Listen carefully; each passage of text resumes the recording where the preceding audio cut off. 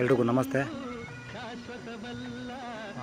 102ನೇ ದಿನದ ಫಿಟ್ನೆಸ್ ಚಾಲೆಂಜ್ಗೆ ಎಲ್ರಿಗೂ ಸ್ವಾಗತ. ಇವತ್ತಿನ ವಿಷಯ ಏನಪ್ಪ ಅಂತಂದರೆ, ನಮ್ಮ ಹಳ್ಳಿ ಕಡೆ ಈಗಲೂ ಒಂದು ಗಾದೆ ಮಾತು ನೆನಪಿದೆ. ಏನಪ್ಪ ಅಂತಂದರೆ, ಮಾತು ಆಡಿದರೆ ಹೋಯ್ತು, ಮುತ್ತು ಹೊಡೆದರೆ ಹೋಯ್ತು. ಅಂದರೆ ಮಾತಾಡೋಕ್ಕಿಂತ ಮುಂಚೆ 100 ಸಲ ಯೋಚನೆ ಮಾಡಿ ಮಾತಾಡ್ಬೇಕಂತೆ ಮನುಷ್ಯ. ಯಾಕೆಂತಂದರೆ ಮಾತಾಡಿದ ಅದನ್ನು ಮಾತನ್ನು ಹಿಂತಕ್ಕೊಳ್ಳೋಕ್ಕಾಗಲ್ಲ. ಹಂಗೆ ಮಾತಾಡಿದರೆ ಹೋಯ್ತು, ಮುಗೀತು, ಅದನ್ನು ಮತ್ತೆ ಹಿಂತಕ್ಕೊಳ್ಳೋಕ್ಕಾಗಲ್ಲ. ಮುತ್ತು ಹೊಡೆದರೆ ಹೋಯ್ತಂತೆ. ಯಾಕೆಂತಂದ್ರೆ ಮುತ್ತು ಒಂದು ಸಲ ಕೆಳಗೆ ಬಿದ್ದು ಹೊಡೆದೋಯ್ತಪ್ಪ ಅಂತಂದರೆ ಅದ್ರ ವ್ಯಾಲ್ಯೂನೇ ಕಳ್ಕೊಂಬಿಡ್ತಂತೆ. ಇನ್ನೊಂದು ಮಾತು ಹೇಳ್ತಾರೆ, ಮಾತು ಮನೆ ಕೆಡಿಸಿತ್ತು, ತೂತು ಒಲೆ ಕೆಡಿಸುತ್ತಂತೆ.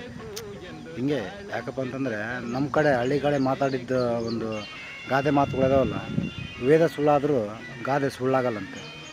ಸುಮ್ಮನೆ ಹೇಳಿಲ್ಲ ನಮ್ಮ ಹಿರಿಯರು. ಎಲ್ರಿಗೂ ಒಳ್ಳೆಯದಾಗಲಿ.